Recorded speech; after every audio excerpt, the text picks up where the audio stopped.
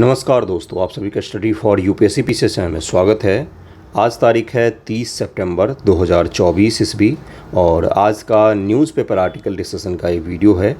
30 सितंबर है आज ही के दिन आपका एग्ज़ाम होना था, लेकिन बढ़ा दिया गया है। 17 नवंबर को आपका पीटी का एग्जामिनेशन होगा और बीपीएससी का फॉर्म भरना तो शुरू हो गया है, लेकिन ओटीआर में एडिट नहीं हो रहा है। जिन्होंने पिछले साल जो इन्फॉर्मेशन डाला था उसमें एडिट नहीं कर पा रहे हैं।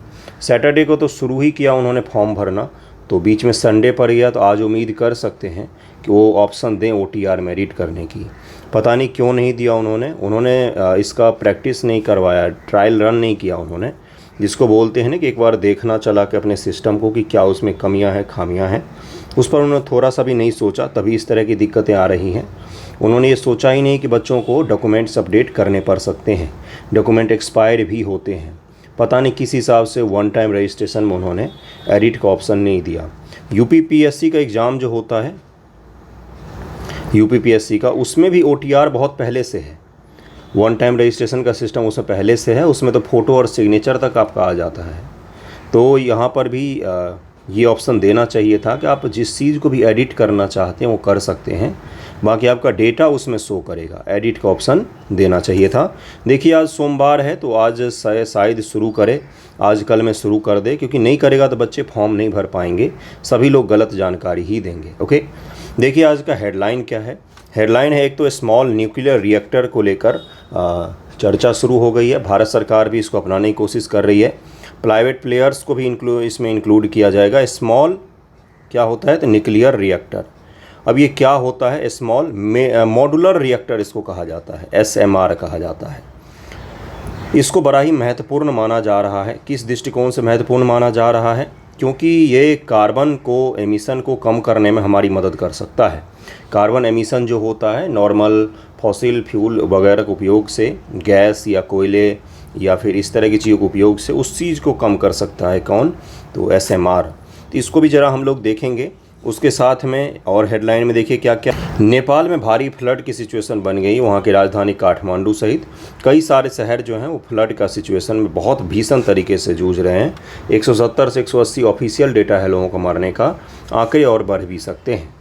उसके अलावा यहाँ पर देखिए क्या है न्यूज़ कि साउथ ईस्ट एशिया से, दक्षिण पूर्वी एशिया जो है वहाँ पर साइबर स्लेवरी, ध्यान से सुनिएगा, साइबर स्लेवरी को लेकर कई सारे लोग फंस गए थे।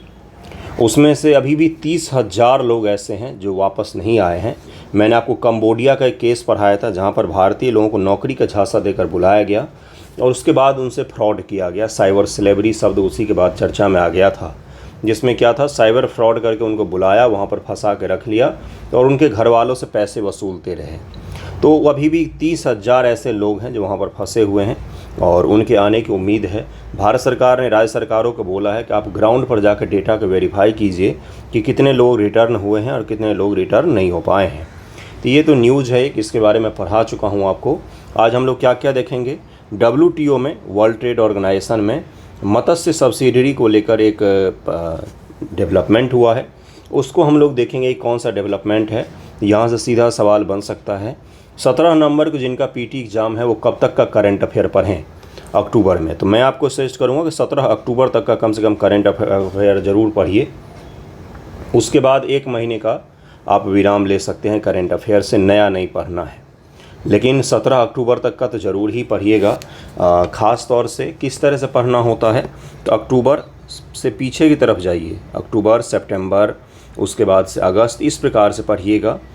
ये इम्पॉर्टेंट होते हैं। पिछले 6 महीने से सबसे ज़्यादा और उससे पिछले के 6 महीने से तुलनात्मक रूप से कम करंट आपके पीटी एग्जामिनेशन में पूछा जाता है। तो ये ट्रेंड है, ट्रेंड समझा दिया मैंने आपको। WTO का टॉपिक का पढ़ते हैं, उसके बाद से कई सारे और भी टॉपिक हैं। प्रधानमंत्री जी ने एक कैंपेन का उद्घाटन किया है, क्रिएट इन इंडिया, उसको भी हम लोग समझेंगे। मैनुअल स्क्रैमिंग जो होता है, हाथ से सफाई जो होता है, उसको लेकर भी एक डेटा आया है, उस डेटा का भी अध्ययन करेंगे हम लोग। तो कई सारे टॉपिक हैं जिसको डिटेल में हम लोग पढ़ने वाले हैं। ओके, 71 बीपीएससी को लेकर अपना आंसर राइटिंग का ग्रुप चल रहा है, जो 20 सितंबर से ही शुरू हुआ है। अभी इसमें 6 का ज्योग्राफी कंप्लीट किया है हमने, अब 7th और 8th की ज्योग्राफी की तरफ में बढ़ रहे हैं। अगर आप जुड़ेंगे तो काफ़ी अच्छा रहेगा आपके लिए। बहुत ही अच्छे सवाल होते हैं और आंसर रोज चेक हो जाता है आपका। तो अभी से जुड़िएगा, अभी से लिखेंगे तो सही रहेगा। आपका एग्ज़ाम भी नेक्स्ट ईयर ही है। तो अब तो जिनको 71 देना है उनके लिए बहुत कम समय बचा हुआ है मेंस की तैयारी को लेकर। तो अभी ज़रूर जुड़िएगा अगर आपको आंसर राइटिंग करना हो तो। निबंध लेखन भी इसी में इंक्लूड है, न्यूज़पेपर का डिस्कशन भी इसमें मिल जाएगा, मैगजीन वगैरह भी मिल जाएगा, MCQ का PDF भी सब कुछ अवेलेबल हो जाता है। तो व्हाट्सएप कर सकते हैं या टेलीग्राम पर आप मुझे मैसेज कर सकते हैं। ओके, देखिए मत्स्य पालन सब्सिडी है, ये WTO में चर्चा में, इस पर भारत का क्या रुख है, सभी चीज़ों को डिटेल में समझेंगे, इसीलिए ध्यानपूर्वक इस चीज़ को देखते चलिएगा। आज 30 तारीख है, यहाँ पर गलती से 29 लिखा हुआ है, 30 है यह। WTO मत्स्य पालन सब्सिडी पर विनिमय स्थापित करने के भारत के प्रस्ताव को अनेक विकासशील देश और अल्प विकसित देशों से पर्याप्त समर्थन प्राप्त हुआ है। भारत ने ही इसको रखा था कि मत्स्य पालन सब्सिडी पर भी रेगुलेशन स्थापित किए जाएं, तो इसी को लेकर कई सारे लीस्ट डेवलप कंट्री, ये WTO का कैटेगरी होता है, और विकासशील देश डेवलपिंग कंट्री जो होते हैं उन देशों से हमें भारी मात्रा में समर्थन प्राप्त हुआ है। वर्तमान में मत्स्य सब्सिडी पर समझौता के दूसरे चरण को अंतिम रूप देने के प्रयास चल रहे हैं। इसका उद्देश्य क्या है? इसका उद्देश्य अधिक क्षमता और अधिक मत्स्य पालन योगदान देने वाली सब्सिडी पर विनिमय स्थापित करने से टिकाऊ मत्स्य पालन प्रथाओं को बढ़ावा मिल सके। इसका मतलब ये है कि मत्स्य पालन पर कोई देश अगर बहुत ज़्यादा सब्सिडी दे रहे हैं तो उनको रेगुलेट करना कि भाई कितना आपको सब्सिडी देना चाहिए और कितना नहीं देना चाहिए।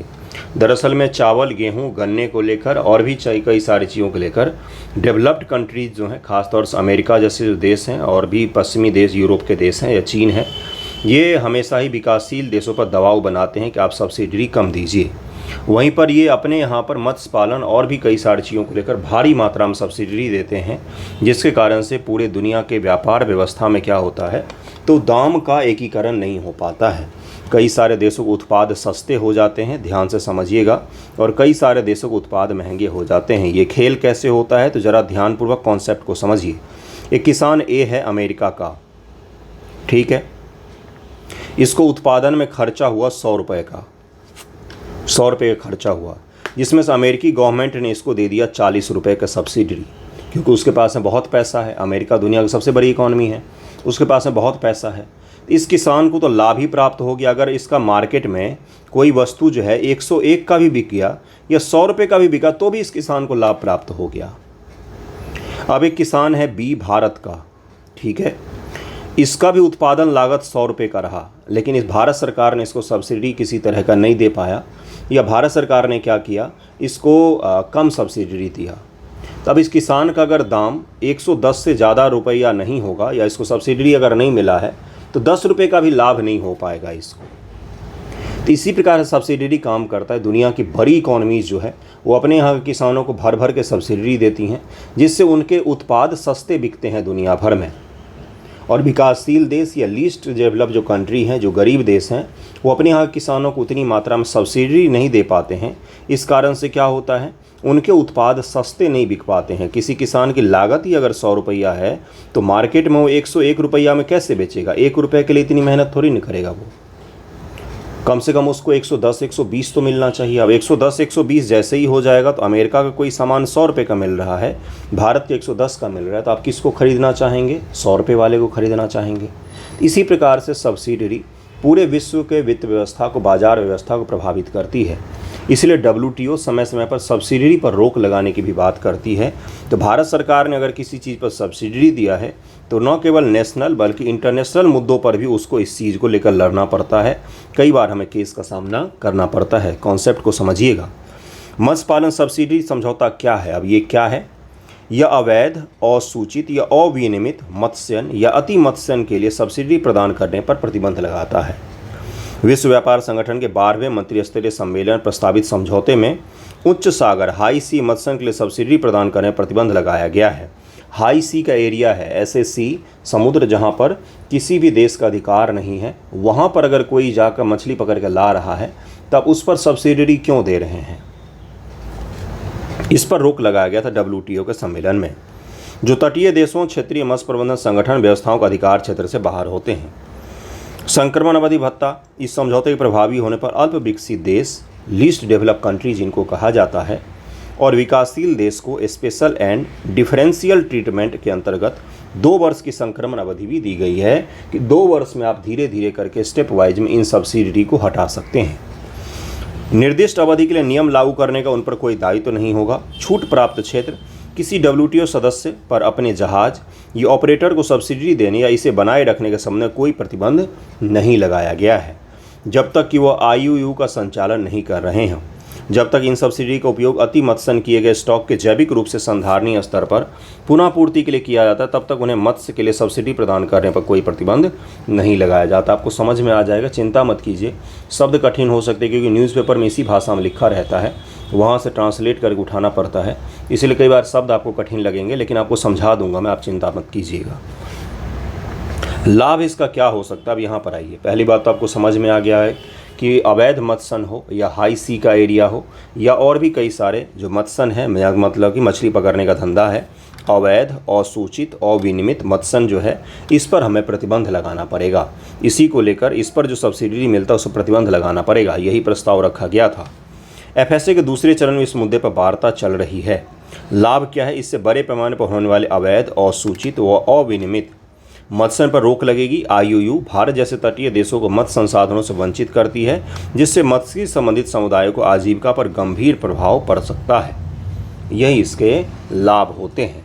देखिए IUU से क्या होता है कि भारत जैसे जो देश हैं, उनके जो मत्स्य उत्पादन करने वाले लोग हैं, उनको मछली कम मिल पाती है कई बार, और इससे नुकसान हो जाता है हमारा। मत्स्य पालन सब्सिडी संबंध में चिंताएं क्या क्या हैं? छोटे मछुआरे और विकासशील देशों में LDC की चिंताएं हैं, लीस्ट डेवलप कंट्री इनको कहा जाता है। बड़े पैमाने पर वाणिज्यिक मत्स्य के कारण प्रायः मत्स्य संसाधन का स्टॉक समाप्त हो जाता है, जिसके परिणामस्वरूप छोटे मछुआरे कम मछलियां संग्रहित कर पाते हैं। अब बहुत बड़ी बड़ी फिशरी की कंपनियां हैं, वो बहुत बड़े जहाज़ लेकर हाई सी में उतरती हैं और सारा मछली लेकर बाहर आ जाती हैं। तो तटीय देश जो उसके आस पड़ोस में होते हैं, वहाँ के छोटे मछुआरे खाली ही लौट आते हैं, उनको मछली नहीं मिल पाती है। मत्स्य के बड़े निगमों को प्रायः पर्याप्त सरकारी सब्सिडी मिलती है, जबकि छोटे मछुआरों को नहीं मिलती है। FSA में स्थिरता और छूट खंड समस्याग्रस्त है, क्योंकि यह उन्नत मत्स्य वाले देशों को, जिनके पास बेहतर मॉनिटरिंग क्षमता है, उनको सब्सिडी की अनुमति देता है और गरीब देशों को इससे नुकसान पहुंचता है। वैश्विक स्तर पर अनुमानतः 37.7% मत्स्य भंडार का अत्यधिक दोहन किया गया है, जो 1974 के 10% से उल्लेखनीय वृद्धि को दर्शाता है। और बड़े अमेरिकी कॉन्टिनेंट के देश हो गए या यूरोपीय देश हो गए, जिनके मत्स्य उत्पादन करने वाले लोगों के पास में बहुत बड़े बड़े टेक्नोलॉजी है, चाहे वो मछली का पता लगाने का तकनीक हो या फिर बड़े जहाज़ हों, जिसके द्वारा वो हाई सी में जाकर क्या कर सकते हैं, मछली पकड़ सकते हैं, जिसके कारण से जो लीस्ट डेवलप कंट्री हैं और छोटे कंट्री हैं, उनके किसानों को नुकसान पहुंचता है। ऊपर से इतनी बड़ी बड़ी कंपनियां हैं और उनको सरकार सब्सिडी भी देती है, तो फिर क्या हो जाता है, ये दोहरा हमारे ऊपर क्या हो जाता है, तो दिक्कत आ जाती है, जिसके कारण से भारत सरकार ने इस चीज़ की चर्चा की है कि ये रोक लगना चाहिए। मत्स्य पालन को सब्सिडी देने वाले देशों की स्थिति। मत्स्य पर सब्सिडी देने वाले शीर्ष 5 देश हैं चीन, यूरोपीय संघ, अमेरिका, दक्षिण कोरिया और जापान। ये सारे दुनिया के डेवलप्ड और बड़ी इकॉनमी वाले देश हैं, इसमें से कोई छोटा नहीं है। दक्षिण कोरिया भी एशिया के डेवलप्ड कंट्री में से एक में आता है। ये सामूहिक रूप से कुल वैश्विक मत्स्य की सब्सिडी का 58% हिस्सा देते हैं। अब आप खुद समझ जाइए, ये जो 4 देश हैं, 5 देश हैं, ये मिलकर एक संगठन और 4 देश हैं, दुनिया का 58% सब्सिडी मछली में यही लोग दे देते हैं। तो बाकी जो देश होंगे उनका नुकसान हो जाता है। चीन एक महत्वपूर्ण सब्सिडी प्रदाता के रूप विकसित हुआ है, जिसकी लगभग 2/3 सब्सिडी क्षमता वृद्धि के रूप में वर्गीकृत है। आई होप आपको टॉपिक समझ में आ रहा होगा कि टॉपिक क्या है। ये इम्पोर्टेंट है आपके लिए, एग्ज़ाम में आएगा तब फिर पता चलेगा आपको क्या था ये। FSA पर भारत का रुख क्या है? मत्स्य पालन सब्सिडी पर विश्व व्यापार संगठन में भारत द्वारा प्रस्तुत किए गए दस्तावेज में उन महत्वपूर्ण कमियों को रेखांकित किया गया है जो गैर संधारणीय मत्स्य पालन प्रथाओं को जारी रख सकते हैं। गैर संधारणीय का मतलब नॉन सस्टेनेबल प्रथा। आप गए, भारी मात्रा में मछली मार कर ले आए, उससे क्या होता है, नुकसान पहुँचता है। जैसे जापान, वहाँ पर व्हेल को मारने पर प्रतिबंध नहीं है। व्हेल वहाँ के लोग बहुत बड़े स्तर पर खाते हैं और उसके ऑयल का भी उपयोग किया जाता है और उसको मारने पर प्रतिबंध नहीं है। इससे क्या होता है, जो जीव भारत जैसे देशों में और दुनिया के कई सारे देशों में प्रतिबंध है जिनको मारने पर, उसको मारने की वहाँ पर खुली छूट है, जिसके कारण से क्या होता है, सस्टेनेबल डेवलपमेंट में दिक्कत मौजूद होती है। विशेष रूप से बड़े पैमाने पर औद्योगिक मत्स्य पालन करने वाले देशों के बीच में। भारत के अनुसार इतनी बड़ी आबादी के बावजूद वह मत्स्य पालन सबसे कम सब्सिडी का योगदान करने वाले देश में से एक है तथा मत्स्य संसाधनों का संधारणीय दोहन करने वाले अनुशासित देशों में से एक है। भारत प्रदूषणकर्ता भुगतान सिद्धांत, सामान्य लेकिन विभेदित जिम्मेदारी का अनुप्रयोग का समर्थन करता है कि आपको क्या करना पड़ेगा, सामान्य लेकिन विभेदित जिम्मेदारी का उपयोग कीजिए। मत्स्यन पर सब्सिडी को कम किया जाए, उसको रेगुलेट किया जाए, और इस पर भारत का साथ विकासशील और लीस्ट डेवलप कंट्रीज़ ने दिया है। आगे देखिए इस पर क्या होता है। नेक्स्ट टॉपिक है हमारा SMR, जिसको कहा जाता है स्मॉल मॉड्यूलर रिएक्टर कहा जाता है। क्या होता है ये, क्यों इसके उपयोग को लेकर बातचीत चल रही है, इसी चीज़ पर हम लोग देखेंगे इसमें। इस टॉपिक का पहले पृष्ठभूमि समझ लीजिए कि क्या है। परमाणु रिएक्टर क्या होता है। परमाणु रिएक्टर होता है एटॉमिक रिएक्टर, इसको कहा जाता है। एटम जो होते हैं ना, यूरेनियम का दो प्रकार से उपयोग होता है। एक सकारात्मक हो गया और एक नकारात्मक होता है। सकारात्मक में क्या हो गया कि इसका उपयोग करें हम किस चीज़ में, तो बिजली उत्पादन में करें इसका उपयोग, ठीक है। यूरेनियम पता ही है आपको, चेन रिएक्शन के द्वारा क्या होता है, उससे अप्रत्याशित मात्रा में हीट रिलीज होती है। उसी हीट के द्वारा हम बॉयलर का उपयोग करते हैं और इसी बॉयलर से टरबाइन को घुमा करके हम क्या करते हैं, तो बिजली का उत्पादन कर लेते हैं। ये हो गया इसका सकारात्मक उपयोग। इसमें चेन रिएक्शन को कंट्रोल वे में परफॉर्म किया जाता है। यूरेनियम अगर आपने पढ़ा होगा तो इससे 3 फिर यूरेनियम निकलेंगे, इस यूरेनियम से फिर 3 निकलेंगे, इससे भी फिर 3 निकलेंगे। इसको क्या कहा जाता है, चेन रिएक्शन कहा जाता है। जो यूरेनियम की खासियत होती है, रेडियो एक्टिव सब्सटेंस में यूरेनियम की खासियत होती है। नाभिकीय विखंडन के द्वारा क्या किया जाता है, तो हीट का उत्पादन करने के पश्चात से हम क्या करते हैं, तो बिजली का उत्पादन करते हैं। इतना छोटा सा प्रोसेस बस ध्यान में रखिए। जो परमाणु रिएक्टर में होता है, एटॉमिक रिएक्टर में, वो कंट्रोल्ड वे में होता है। इसको कंट्रोल करने के लिए हम कई सारे तरीकों का उपयोग करते हैं। अब इसी को अनकंट्रोल वे में कर दिया जाए तो क्या हो जाता है, परमाणु बम का काम करने लग जाता है। तो न्यूक्लियर रिएक्टर जो होता है ना, वो एक बहुत बड़ा बिजली उत्पादन करने में आजकल दुनिया भर में प्रचलित हो रहा है। देखिए, अगर स्मॉल मॉड्यूलर रिएक्टर है तो ये बड़ा ही महत्वपूर्ण इसलिए माना जाता है क्योंकि इससे कार्बन का एमिशन नहीं होता है। इससे किस चीज़ का एमिशन होता है, तो परमाणु कचरा बनता है। इससे परमाणु कचरा ज़रूर ही बनता है। जिस यूरेनियम का हमने उपयोग कर लिया उसका कहाँ पर रखा जाता है, तो उसको कई बार हम गहरे पानी में या गहरे मिट्टी में दफना देते हैं उसको। या भारत सरकार ने का और तकनीक निकाला जिसमें थोरियम का उपयोग कर लिया जाता है और उसको बदल के हम दूसरे रिएक्टर में भी बिजली का उत्पादन के लिए उपयोग कर सकते हैं।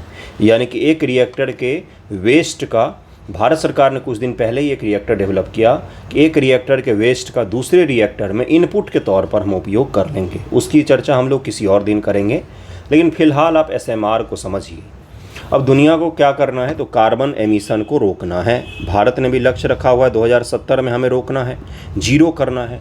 जीरो कार्बन एमिशन का तात्पर्य क्या होता है कि कार्बन का एमिशन ना हो, नहीं। जीरो कार्बन एमिशन का, ये BPSC में पूछा गया था, ये PCS में, जीरो कार्बन एमिशन का क्या तात्पर्य होता है।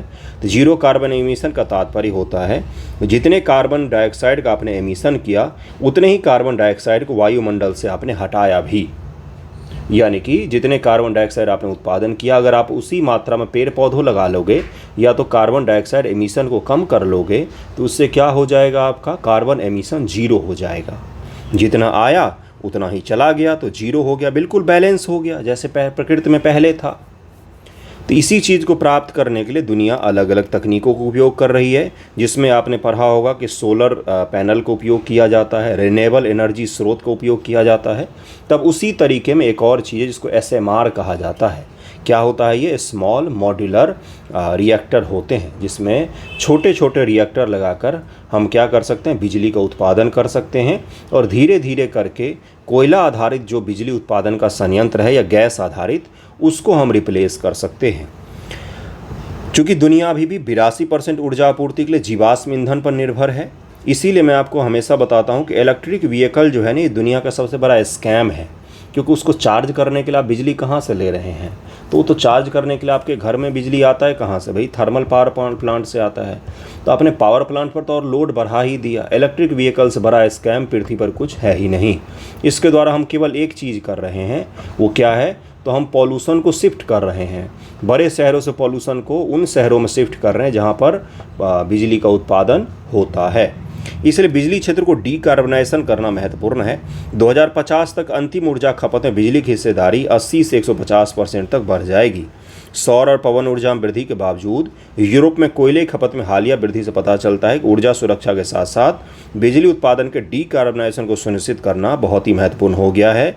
ऐसी स्थिति में छोटे मॉड्यूलर रिएक्टर भारत के लिए सहायक हो सकते हैं। भारत नहीं, पूरी दुनिया के लिए सहायक हो सकते हैं। भारत सरकार ने एक और काम किया है कि इस क्षेत्र में प्राइवेट प्लेयर्स को भी इन्वाइट किया है। रूस भी इसमें इंटरेस्ट दिखा रहा है कि भारत में छोटे मॉड्यूलर रिएक्टर का उत्पादन किया जाए। अब छोटे मॉड्यूलर रिएक्टर क्या होते हैं, किस प्रकार के होते हैं, क्या इनकी खासियत होती है, वहाँ से आपसे एग्जाम में सवाल पूछेगा। एसएमआर ऐसे परमाणु रिएक्टर होते हैं जो केवल 10 से 300 मेगावाट, बहुत छोटे हो गए ये, वैसे मेगावाट है लेकिन फिर भी ये छोटे ही हैं, वरना हज़ारों मेगावाट में होता है, गीगावाट में होता है इनका तो उत्पादन। हाँ, 10 से 300 मेगावाट का क्या कर सके, बिजली का उत्पादन हो सके। इनके मॉड्यूलर डिजाइन छोटे आकार के चलते ज़रूरत के मुताबिक एक ही साइट पर इनकी कई यूनिट लगाई जा सकती है। एसएमआर से जुड़ी हुई कुछ बातों को समझ लीजिए ज़रा। एसएमआर परमाणु ऊर्जा के उन्नत रिएक्टर होते हैं जो पारंपरिक परमाणु रिएक्टर की तुलना में छोटे होते हैं और इनमें उन्नत सुरक्षा सुविधाएं मौजूद होती हैं। अब आप इसको कैसे समझेंगे? एक आपने जनरेटर देखा है जो बड़े मॉल के बाहर या बहुत बड़े कॉलेज के बाहर लगे होते हैं, बहुत बड़े बड़े जनरेटर होते हैं जो पूरे कॉलेज या पूरे मॉल को बिजली सप्लाई कर देते हैं। कितने बड़े से होते हैं वो, उनका पावर जनरेशन बहुत बड़े स्तर का होता है, उनको तेल भी खूब सारा चाहिए। और एक जो होता है जनरेटर जो आपके घर के बाहर लगा रहता है, जो आप पर्सनल यूज़ के लिए, घर के यूज़ के लिए लगा सकते हैं, इस पर टीवी, पंखा, एसी वगैरह चला सकते हैं। बहुत ही छोटे साइज़ का होता है वो। तो ये क्या है? तो ये छोटे साइज़ का जनरेटर हो गया जो आपके पर्सनल यूज़ के लिए है और इसी का इंडस्ट्रियल यूज़ भी होता है।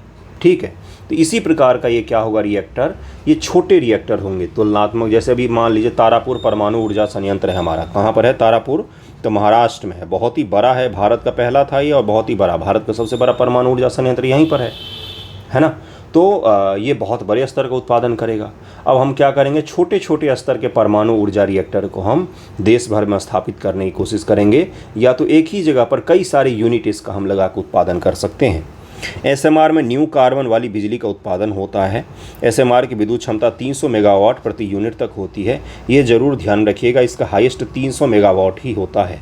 यही आपसे पीटी में पूछ लेगा, 300 गीगावाट दे देगा तो 300 गीगावाट बहुत बड़ी एनर्जी हुई, बहुत ही बड़े स्तर का हो गया। 300 मेगावाट तक ही होता है। कहाँ से कहाँ तक होता है? तो 10 से 300, सोचिए कितना छोटा होता है ये, और इसी स्तर का होता है। लेकिन ये कार्बन एमिशन को कम करने में बहुत महत्वपूर्ण भूमिका निभा सकता है। एसएमआर को 40 से 60 सालों तक 90% ज़्यादा क्षमता कारकों के साथ चलाया जा सकता है। एसएमआर के सिस्टम और घटकों को फैक्ट्री में असेंबल किया जा सकता है, फिर इन्हें किसी भी जगह पर इकट्ठा किया जा सकता है। एसएमआर को मौजूदा थर्मल पावर प्लांट साइटों पर कोयले से परमाणु बदलकर स्थापित किया जा सकता है।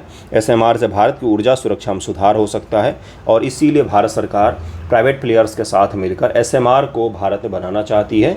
रूस भी इसमें इंटरेस्ट दिखा रहा है। परमाणु ऊर्जा से जुड़े हुए मुद्दे क्या होते हैं? परमाणु ऊर्जा संयंत्र जो है दुनिया के 10% बिजली ही मात्र पैदा करते हैं। अभी भी 90% जो बिजली होता है वो अभी भी गैर एटॉमिक सोर्स से बनाए जाते हैं। परमाणु ऊर्जा से विद्युत उत्पादन में अमेरिका और फ्रांस जैसे देशों को प्रभुत्व हासिल है। भारत के पास में भी कई सारे संयंत्र हैं परमाणु बिजली उत्पादन को लेकर, लेकिन भारत सरकार को हमेशा ही ईंधन की खपत का सामना करना पड़ता है क्योंकि हमें ईंधन आसानी से नहीं मिल पाता है। हर साल 180 बिलियन क्यूबिक मीटर प्राकृतिक गैस की मांग और 1.5 बिलियन टन CO2 को उत्सर्जन से बचने में मदद करते हैं। कौन? तो ये परमाणु बिजली उत्पादन से। ओके, एक अनुमान लगाया जाता है, अगर आप NCERT पढ़ेंगे ना बंधुओं, NCERT ज्योग्राफी का, तो उसमें renewable energy, non renewable energy सब कुछ है, ध्यान से पढ़ेंगे तो दिख जाएगा। वहाँ पर आपको लिखा हुआ मिलेगा कि 40 टन कोयले के बराबर, 40 टन कोयले से जितना बिजली का उत्पादन होता है, 40 टन कोयले की मैं बात कर रहा हूँ, उतना 1 kg यूरेनियम से हो जाता है। क्यों होता है भाई? यूरेनियम, रेडियो एक्टिव सब्सटेंस क्या होते हैं? एलिमेंट्स, रेडियो एक्टिव एलिमेंट्स वो एलिमेंट्स होते हैं जिनको आपके घर में अगर यूरेनियम का एक छोटा सा टुकड़ा रख दिया जाए तो थोड़ी देर बाद आपका घर जो है वो गर्म हो जाएगा, क्योंकि उनसे अपने आप ही प्राकृतिक रूप से ही अल्फा, बीटा और गामा किरणें उत्सर्जित होती रहती हैं जो हीट उत्पन्न करती हैं, ऊर्जा का उत्पादन करती रहती हैं। इसीलिए इनको क्या कहा जाता है? रेडियो एक्टिव है ये, और इसीलिए इनका उपयोग कहाँ पर किया जाता है? बिजली के उत्पादन में किया जाता है। लेकिन तकनीक बड़ा कठिन होता है, ये तकनीक सब जगह उपयोग नहीं किया जा सकता है। एनपीपी के ग्रिड एकीकरण, लागत परिवर्तन, नवीकरण स्रोतों से जुड़ी लागत से कम है, क्योंकि एनपीपी सभी प्रकार के मौसम में 24 घंटा साथ मतलब हमेशा ही बिजली दे सकता है। परमाणु ऊर्जा प्रौद्योगिकी विनिर्माण और संचालन उच्च कौशल वाली नौकरी जैसे मूल्यवान सह लाभ भी प्रदान करती हैं, लेकिन इसका एक डिमेरिट भी है। जैसे थर्मल पावर प्लांट में कोयला उठाने के लिए भी एक आदमी का जॉब लग सकता है और पानी डालने के लिए भी एक आदमी का जॉब लगता है। कोयले में पानी डाला जाता है ना, लेकिन परमाणु ऊर्जा संयंत्र में केवल हाई स्किल्ड जॉब ही क्रिएट होते हैं। यहाँ पर लो स्किल्ड जॉब नहीं होते हैं और रिस्की भी होता है, जिसका उदाहरण चेरनोबिल आप देखकर समझ सकते हैं। पारंपरिक एनपीपी आमतौर पर समय और लागत बढ़ोतरी से प्रभावित हुए हैं। ऐसे विकल्प के रूप में कई देश पारंपरिक एनपीपी के तरह पर मतलब न्यूक्लियर पावर प्लांट के जगह पर पूरक के लिए एसएमआर को तकनीक का उपयोग करने जा रहे हैं। जो न्यूक्लियर पावर प्लांट बड़े स्तर के होते हैं उनके जगह पर स्मॉल मॉड्यूलर रिएक्टर का उपयोग किया जाएगा। मौजूदा बुनियादी ढांचे का पुनः उपयोग करके एसएमआर को निष्क्रिय थर्मल पावर साइटों में स्थापित किया जा सकता है। इस प्रकार मेजबान देशों को क्या करना पड़ सकता है, तो लोगों को ज़्यादा विस्थापित नहीं करना पड़ेगा। वर्तमान में जो परमाणु संयंत्र है ना, उसी में छोटे छोटे और भी यूनिट लगाए जा सकते हैं और आसानी से उनको उपयोग भी किया जा सकता है। इसका लाभ क्या है, आपसे लाभ पूछेगा बंधुओं। इसका सबसे पहले तो पूछेगा एसएमआर क्या है, तो 10 से 300 मेगावाट तक का बिजली उत्पादन करने वाला परमाणु ऊर्जा संयंत्र है, छोटे स्तर के। ठीक है, इनको क्या कहा जाता है, स्मॉल मॉड्यूलर रिएक्टर इनको कहा जाता है। इनका डेफिनेशन यही होगा, 10 से 300 मेगावाट ओनली। ओके, ये पीटी में पूछा जा सकता है बंधुओं, इसलिए इसको ध्यान से देखिएगा। देखिए क्या है, एसएमआर को पारंपरिक एनपीपी की तुलना में छोटी कोर क्षति आवृत्ति, दुर्घटना से परमाणु ईंधन को नुकसान पहुंचाने की कम संभावना। और ये एक पहला लाभ हो गया कि भाई दुर्घटना होगा भी तो कम इससे नुकसान होगा। एसएमआर की डिज़ाइन पारंपरिक एनपीपी की तुलना में सरल है, इसलिए इसको आसानी से डिज़ाइन किया जा सकता है। कोई कॉम्प्लेक्स इंजीनियरिंग इसमें इन्वॉल्व नहीं है। इंजीनियरिंग तो होगा ही, कॉम्प्लेक्स वाला नहीं है। एसएमआर परियोजना में संग्रहित परमाणु ईंधन की मात्रा भी पारंपरिक एनपीपी की तुलना में कम है। अब चूल्हा छोटा होगा तो गैस भी कम खपत होगा, वही वाला सिद्धांत है यहाँ पर। अध्ययनों में पाया गया कि एसएमआर को कई ब्राउनफील्ड साइटों पर सुरक्षित रूप से स्थापित और संचालित किया जा सकता है। यूरोप में छोटे परमाणु रिएक्टर रूस से आयातित ऊर्जा स्रोतों के विकल्प के रूप में उभरे हैं। दरअसल में रूस यूक्रेन युद्ध के पश्चात से वहाँ पर क्या हुआ, देखा गया कि हम तो खुद ही रूस को सपोर्ट कर रहे हैं, क्योंकि प्राकृतिक गैस तो सबसे ज़्यादा यूरोप जो है वो रूस से ही खरीदता है। तो उन्होंने क्या किया, छोटे छोटे रिएक्टर पर काम करना शुरू किया, जिससे रूस से जो आयातित ईंधन है उसको रोका जा सके। एसएमआर को 90% अधिक क्षमता कारकों के साथ 40 से 60 वर्षों तक संचालित करने के लिए डिज़ाइन किया गया है। अपनी तरह की पहली एसएमआर परियोजना 2030 तक चालू हो जाएंगी। यूएसए में एसएमआर के लिए वर्तमान पूंजीगत लागत करीब में $6000 प्रति मेगावाट के आसपास में बैठ रहा है। 2030 के बाद लागत में 23 से कम में आने की संभावना है, क्योंकि यूरोपीय देशों द्वारा पहले से ही ऑर्डर की गई कई एसएमआर परियोजना 2035 तक ऑनलाइन हो जाएंगी। और उसके बाद ये समझा जा रहा है कि ये दुनिया में प्रचलित जो तकनीक होगा बिजली उत्पादन के लिए, उसमें सबसे प्रचलित तकनीक कौन सा होगा, यही होगा, एसएमआर तकनीक ही होगा। जिस तरह से वर्तमान में कोयला है ना, उसी का जगह कौन ले सकता है, तो ये ले सकता है, एसएमआर ले सकता है। ठीक है, तो इस चीज़ को याद रखिएगा। नेक्स्ट टॉपिक पर हम लोग चलते हैं। अगला टॉपिक देखिए क्या है कि इसमें कहा गया है कि 92% वर्कर जो हैं अर्बन सीवर, यानी कि शहरी क्षेत्रों में सीवर को साफ़ करने वाले, गंदे नालों को साफ़ करने वाले, सेप्टिक टैंक को साफ़ करने वाले, जो टॉयलेट से जुड़े हुए टैंक होते हैं और सीवर टैंक होते हैं, उन सभी को साफ़ करने वाले 92% जो लोग हैं, 92% वो किससे बिलोंग करते हैं, तो या तो एससी होते हैं, एसटी होते हैं, ओबीसी होते हैं। जनरल कैटेगरी के 8% लोग इसमें शामिल हैं। तो ये क्या दिखाता है कि भारत में किसी विशेष काम को लेकर विशेष जातिगत समूह के लोगों में ही ये चीज़ें हैं। अगर आप ध्यानपूर्वक देखेंगे यहाँ पर, तो शेड्यूल कास्ट के ही लगभग में 70% लोग इसमें शामिल होते हैं। शेड्यूल ट्राइब से 8.3% लोग होते हैं, ओबीसी से 14.7% लोग शामिल होते हैं और जनरल से 8% वर्कर शामिल होते हैं। ये इसमें पता चला है कि 3000 लगभग में अर्बन बॉडीज़ का 29 राज्यों में अध्ययन किया गया। 38,000 वर्कर्स पर ये अध्ययन करके ये रिपोर्ट प्रकाशित हुआ है, जिसमें कहा गया है कि लगभग 68.9% एससी, 14.7% ओबीसी, 8.3% एसटी और 8% करीब में जनरल कैटेगरी से बिलोंग करते हैं। 2019 से 2023 के बीच में, अब ध्यानपूर्वक सुनिएगा, 2019 से 2023 के बीच में क्यों मैं ये टॉपिक लेकर आया हूँ, क्योंकि यहाँ से पूछा जा सकता है आपसे। 2019 से 2023 के बीच में करीब में कितने लोग मारे गए हैं, तो 377 लोग ये सेफ्टी टैंक की सफाई करते हुए मारे गए हैं। क्यों मर जाते हैं? क्योंकि उसमें जहरीली गैस होते हैं, उनको बिना सेफ्टी इक्विपमेंट के उनको उतार दिया जाता है और उसमें उनकी डेथ हो जाती है। और ये वाकई बहुत ही पिछड़े लोग होते हैं, इकोनॉमिक रूप से, सामाजिक रूप से, दोनों ही स्तर से पिछड़े हुए लोग होते हैं। इस न्यूज़ को थोड़ा हम डिटेल में देखेंगे, लेकिन और देखिए इसमें पेपर में क्या क्या लिखा हुआ है कि भारत सरकार जो है ये profiling of sewer and septic tank worker को लेकर भारत सरकार ने नमस्ते प्रोग्राम चलाया हुआ था। नमस्ते प्रोग्राम जो है ये क्या है, तो इसका मुख्य रूप से उद्देश्य रखा गया था कि हम क्या करेंगे, तो मैकेनाइज़ करेंगे इसको। मैकेनाइज़ का मतलब क्या होता है कि हम इन सब सफाइयों को मशीनीकृत करेंगे। आपको मैं एक आंकड़ा बताता हूँ, कृपया चौंकिएगा मत। मैंने अभी इस न्यूज़ को बनाने से पहले ही थोड़ा सा सर्च किया कि भाई क्या होता है, तो मैंने देखा कि भाई इसमें अमेरिका के जो देश हैं उनका क्या हाल है, अमेरिकी देश का, और यूरोप का क्या हाल है। तो न्यूयॉर्क में न्यूयॉर्क नहीं, सैन फ्रांसिस्को, हाँ, कैलिफोर्निया राज्य में सेफ्टी टैंक की सफाई करने वाले की एनुअल जो सैलरी होती है वो ज़रा ध्यानपूर्वक सुनिएगा। 44 लाख रुपए एनुअल सैलरी होती है सेफ्टी टैंक वगैरह की सफाई करने वाले की। वॉशिंगटन में अगर आप चले जाएंगे, वॉशिंगटन में तो $61,000 होता है। वॉशिंगटन में, इसी में अमेरिका के अलग अलग राज्यों में अलग अलग है, तो वॉशिंगटन में $61,000 है, यानी कि लगभग में कितना हो गया, तो 57 लाख के आसपास में एनुअल सैलरी होती है उनकी। इसलिए अगर आपने हॉलीवुड की मूवीज़ देखी होगी तो उसमें अगर इस तरह का कोई काम कर रहा है तो घर से, कार से निकल कर जाता है और बिल्कुल सूट वूट में जाता है, फिर वहाँ पर अपने कपड़े चेंज करता है, साफ़ सफाई करके फिर कार से वापस आ जाता है। तो मैं आपको क्या बता रहा हूँ कि हमारे यहाँ पर जो साफ़ सफाई का स्तर है वो इसलिए भी ख़राब है क्योंकि हम उनको महत्व नहीं देते हैं। साथ में SC ST के जो लोग होते हैं, आप ही मुझे बताइए, किसी पढ़े लिखे पढ़े लिखे SC है या ST है, उसके बाल बच्चे या वो इसमें इन्वॉल्व होगा क्या? नहीं होगा। वो बिल्कुल भी इन्वॉल्व नहीं होगा। वो अपने बच्चों को आरक्षण का लाभ लेकर सरकारी नौकरी में भेज सकता है।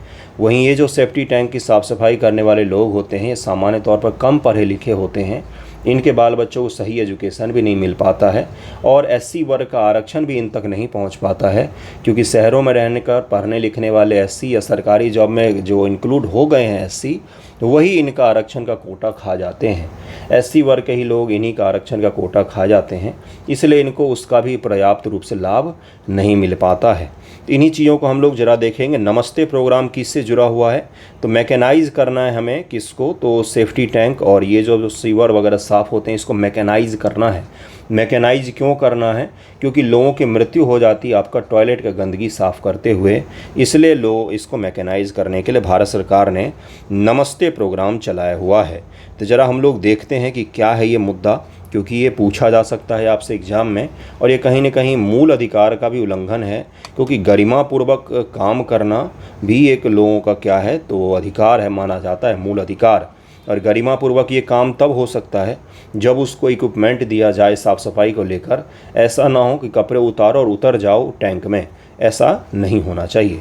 देखिए क्या है ये मुद्दा। जाति और मैला ढोने के बीच में संबंध होता है डायरेक्टली, ये आपको पता चल गया, क्योंकि अभी मैंने आपको आंकड़ा दिखाया है कि 70% करीब में SC होते हैं और OBC जो होते हैं करीब में 15% हैं और ST 8% ही हैं। OBC ST से ज़्यादा होते हैं इसमें।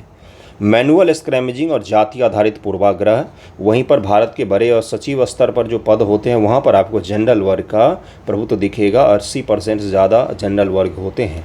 तो कैसे जातिगत चीज़ें मायने नहीं रखती हैं भाई, बिल्कुल मायने रखती हैं। देखिए यहाँ पर क्या है, मैनुअल स्क्रैमेजिंग को सार्वजनिक सड़कों और शुष्क शौचालयों से मानव मल को हटाना, बिना किसी सुरक्षा उपकरण के नंगे हाथों से सेफ्टी टैंक, गटर, सीवर की सफाई करने के रूप परिभाषित किया गया है। मैनुअल स्क्रैमेजिंग भारतीय संविधान का अनुच्छेद 21 का उल्लंघन करता है। सम्मान के साथ जीवन जीने के अधिकार की गारंटी किस में दिया गया है, तो आर्टिकल 21 में दिया गया है। कोई आपका टॉयलेट जो है वो हाथ से उठा रहा है तो वो गरिमापूर्वक तो नहीं हुआ, कतई नहीं हुआ। वो किसी को पेट भरने के लिए रोज़गार चाहिए तो आपने ये रोज़गार दे दिया उसको, ये क्या है, आर्टिकल 21 का उल्लंघन है। अगली बार PT में यही पूछ सकता है कि किस आर्टिकल का ये उल्लंघन है। मैनुअल स्क्रैवेंजर्स के रूप में रोजगार का निषेध और उनका पुनर्वास। मैनुअल का मतलब होता है हाथ से, मैनुअल का मतलब क्या होता है, हाथ से। नमस्ते प्रोग्राम जो है इसी को मैकेनाइज करेगा। हाथ शब्द यहाँ से हटा देना है हमें, बाकी साफ़ सफाई तो हमें चाहिए ही। इसको इतना गरिमापूर्वक जॉब बना दिया जाए। क्यों अमेरिका में इनको इतनी सैलरी दी जाती है? $61,000 का मतलब समझ रहे हैं आप? भारत में तो अच्छे खासे इंजीनियर्स की उतनी सैलरी नहीं होती है जितना वहाँ पर सेफ्टी टैंक साफ़ करने वाले को दी जाती है। 45 लाख रुपए आपको कम लगते हैं क्या सालाना? मंथली जोड़ लीजिए कितना हो गया, उतना कितने इंजीनियर्स को मिलता है भारत में? IIT से 30,000 के जॉब लग रहे हैं, नहीं मिलता होगा लेकिन फ्रेशर को तो नहीं मिलता है। क्यों दिया जाता है? क्योंकि माना जाता है कि ये काम कर ही रहे हैं वो, वही हम पर एहसान कर रहे हैं। समझ में आ रहा है आपको मानसिकता यहाँ पर? तो परिवर्तन होना चाहिए कुछ चीज़ों का। देखिए यहाँ पर क्या है, मैनुअल स्क्रैवेंजर्स के रूप में रोजगार का निषेध और उनका पुनर्वास संशोधन 2020 में सीवर की सफाई को पूरी तरह से मशीनीकृत करने, ऑन साइट सुरक्षा के तरीके पेश करने और सीवर मृत्यु के मामले में मैनुअल स्क्रैवेंजर को मुआवजा देने का प्रस्ताव है। इसको लेकिन कैबिनेट से मंजूरी नहीं मिली है। जातिगत विभाजन मैनुअल स्क्रैवेंजी से कैसे जुड़ा हुआ है? जाति, श्रम और मजदूरों के विभाजन को जन्म देती है। दलितों को अक्सर उन क्षेत्रों में रोजगार की तलाश करते समय भेदभाव का सामना करना पड़ता है जिसे शुद्ध माना जाता है। उदाहरण के लिए मैला ढोना या शुष्क शौचालय की सफाई करना, ऐसे काम जो दलित वर्ग को बोझ के रूप में लादा गया है। और वो हमें आंकड़ों में भी दिखा है, 70% का आंकड़े दिखते हैं हमें। उनमें मानव मल ढोने, सीवेज साफ करने की अपेक्षा की जाती है, जिनके लिए उन्हें बहुत कम और या कोई आय नहीं मिलती है। 100-200 रुपया दे के बोलते हैं साफ़ कर दो। वे गरीबी और सामाजिक बहिष्कार के दुष्चक्र में फंसे हुए होते हैं, इसलिए वो इस तरह के काम करने के लिए मान भी जाते हैं। यद्यपि मैनुअल स्क्रैवेंजर्स के, ये क्या पढ़ा रहा हूँ मैं, ये मैं आपको कारण बता रहा हूँ। कारण आपसे पूछा जाता है। नियोजन प्रतिषेध अधिनियम 2013 के तहत इस पर प्रतिबंध लगा दिया गया, फिर भी यह अमानवीय कार्य अभी भी जारी है। 2013 में भारत सरकार ने प्रतिबंध के द्वारा इसको रोकने की कोशिश की, लेकिन समाज से कैसे हटेगा ये? सभी आंकड़ों के अनुसार 97% मैनुअल स्क्रैवेंजर दलित होते हैं। अभी देखा आपने, 70 को जोड़ लीजिए, उसमें से 8% ST का भी जोड़ दीजिए, कितना सारा हो गया परसेंटेज। ये आंकड़े जातिगत सीमाओं से ऊपर उठने और श्रम की गरिमा प्रदान करने हमारी सामूहिक विफलता का चिंताजनक याद दिलाते हैं। क्या क्या प्रयास किए जा रहे हैं? तो मैनुअल स्क्रैवेंजर के रूप में रोजगार का प्रतिषेध, उनका पुनर्वास अधिनियम 2013 लाया गया था। 1989 का अत्याचार निवारण अधिनियम, लेकिन ये अलग है क्योंकि ये क्या है कि भाई SC ST को आप गाली वगैरह नहीं दे सकते, उनका अपमान नहीं कर सकते हैं। लेकिन यहाँ तो रोज़गार की समस्या है, उनको रोज़गार नहीं मिलता तो वो तो खुद ही इस चीज़ को करने को तैयार होते हैं। विश्व शौचालय दिवस पर आवास और शहरी मामलों के मंत्रालय द्वारा सभी राज्यों के लिए 2021 तक सीवर सफाई को मशीनीकृत बनाने के लिए सफाई मित्र सुरक्षा चैलेंज शुरू किया गया था, लेकिन ये भी बस शुरू ही किया गया था। सफाई कर्मचारी आंदोलन भी मैनुअल स्क्रैवेंजर उन्मूलन के एक आंदोलन था। प्रयासों के बावजूद वर्तमान परिदृश्य को आपको आंकड़ा सहित मैंने दिखाया है कि 70% SC हैं, 15% OBC हैं, 8% ST हैं और 8% करीब में जनरल वर्ग के लोग इसमें शामिल हैं। सरकार ने कहा है, नमस्ते को प्रोग्राम भी चलाया है, लेकिन वो काम नहीं कर पा रहा है। मशीनीकृत जब तक नहीं होगा तब तक हम इन चीज़ों को नहीं रोक पाएंगे। मशीनीकृत हो जाएगा और अच्छी सैलरी होगी तो लोग इसको भी एक जॉब की तरह ही देखेंगे। ठीक है, नेक्स्ट टॉपिक पर चलते हैं। अगला टॉपिक देखिए क्या है। अगला टॉपिक है, प्रधानमंत्री जी ने बोला है कि क्रिएट इन इंडिया चैलेंज में आप सभी भाग लीजिए। क्रिएट इन इंडिया चैलेंज क्या है? तो कुछ नहीं है, रील वील बनाओ, उन्हीं की चीज़ को बढ़ावा देना है। देखिए, प्रधानमंत्री जी ने मन की बात की है। कल संडे था और महीने के अंतिम संडे को प्रधानमंत्री जी मन की बात करते हैं। तो क्रिएट इन इंडिया चैलेंज को लेकर उन्होंने बातचीत की है, जो मैं आपको बता देता हूँ। एक आंकड़ा भी बोला है उन्होंने और एक फैक्ट भी है आपके लिए PT के लिए, वो भी ज़रा समझ लीजिए। पहला चीज़ तो यही पूछे, क्रिएट इन इंडिया क्या है? तो रील बनाओ, वीडियो बनाओ, फिल्म बनाओ, एनिमेशन बनाओ भारत में। तो इसी चीज़ को लेकर क्रिएट इन इंडिया चैलेंज को शुरू किया गया है। देखते हैं कि क्या है ये और क्या क्या प्रधानमंत्री महोदय ने बोला है, उसके बाद वीडियो एंड करें। क्रिएट इन इंडिया चैलेंज के माध्यम से अपनी रचनात्मकता को उजागर करें। प्रधानमंत्री जी ने आग्रह किया है आपसे कि भाई रील वील बनाओ। भारत के मीडिया मनोरंजन उद्योग को बढ़ावा देने, क्रिएट इकोनॉमी को बढ़ावा देने के 5 से 9 फरवरी 2025 तक world audio visual and entertainment summit का आयोजन होगा। 5 से 9 फरवरी 2025 में world audio visual and entertainment summit का आयोजन होगा। World audio visual and entertainment summit का आयोजन कब होगा? 5 से 9 फरवरी 2025। जो आयोजन नहीं हुआ है ना, कई बार बीपीएससी में वो भी पूछता है, एग्जाम में भी वो पूछ लेता है कि ये आयोजन कब होगा, कहाँ पर होगा। मोदी जी ने 114वें मन की बात के संबोधन के दौरान ये बोला कि जो अर्थव्यवस्था की बदलती प्रकृति है, इकॉनमी चेंज हो रहा है आपकी नज़रों के सामने। आपने भी तो फील किया होगा, दिन भर में कितने रील देख रहे हैं आप, और जो आप रील देख रहे हैं पैसा किसी और को मिल रहा है, आपका तो नुकसान ही हो रहा है इस समय का। गेमिंग, फिल्म निर्माण आदि जैसे रचनात्मक क्षेत्रों बढ़ते अवसर पर जोर दिया। मोदी जी ने कहा कि रचनात्मक प्रतिभाओं की अपार संभावनाओं पर जोर दिया है। प्रधानमंत्री ने सूचना और प्रसारण मंत्रालय, कौन सा मंत्रालय भाई, तो ministry of information and technology MIET जो है, उसके द्वारा क्रिएट इन इंडिया थीम के तहत 25 चैलेंज में भाग लेने के लिए रचनाकारों का आह्वान किया, क्रिएटर्स का आह्वान किया है कि आप लोग जाइए और इसमें भाग लीजिए। कौन कौन से होंगे इसमें, कौन कौन सी चीज़ों पर उन्होंने बातचीत की, तो gaming, animation, reel making, film making, poster making, इन सभी चीज़ों में भाग लेने के लिए उन्होंने कहा है। क्यों? क्योंकि ये इकॉनमी बन गया है, इकॉनमी बन गया है, ये बहुत बड़ा मंच मिल सकता है। और उन्होंने बोला कि भाई भाग लो, आप इससे पैसे वगैरह भी कमा सकते हैं। प्रधानमंत्री ने रचनाकारों को इन चैलेंजों में भाग लेने के लिए वेबसाइट websindia.org पर लॉगिन करने के लिए प्रोत्साहित भी किया है कि आप कर सकते हैं। Create in India challenge season 1 है ये। जिस प्रकार से वेब सीरीज़ का सीजन 1 होता है, उसी प्रकार का सीजन 1 था ये। इसका अगला सीजन भी जल्द ही आएगा, हम लोग उसको भी पढ़ लेंगे।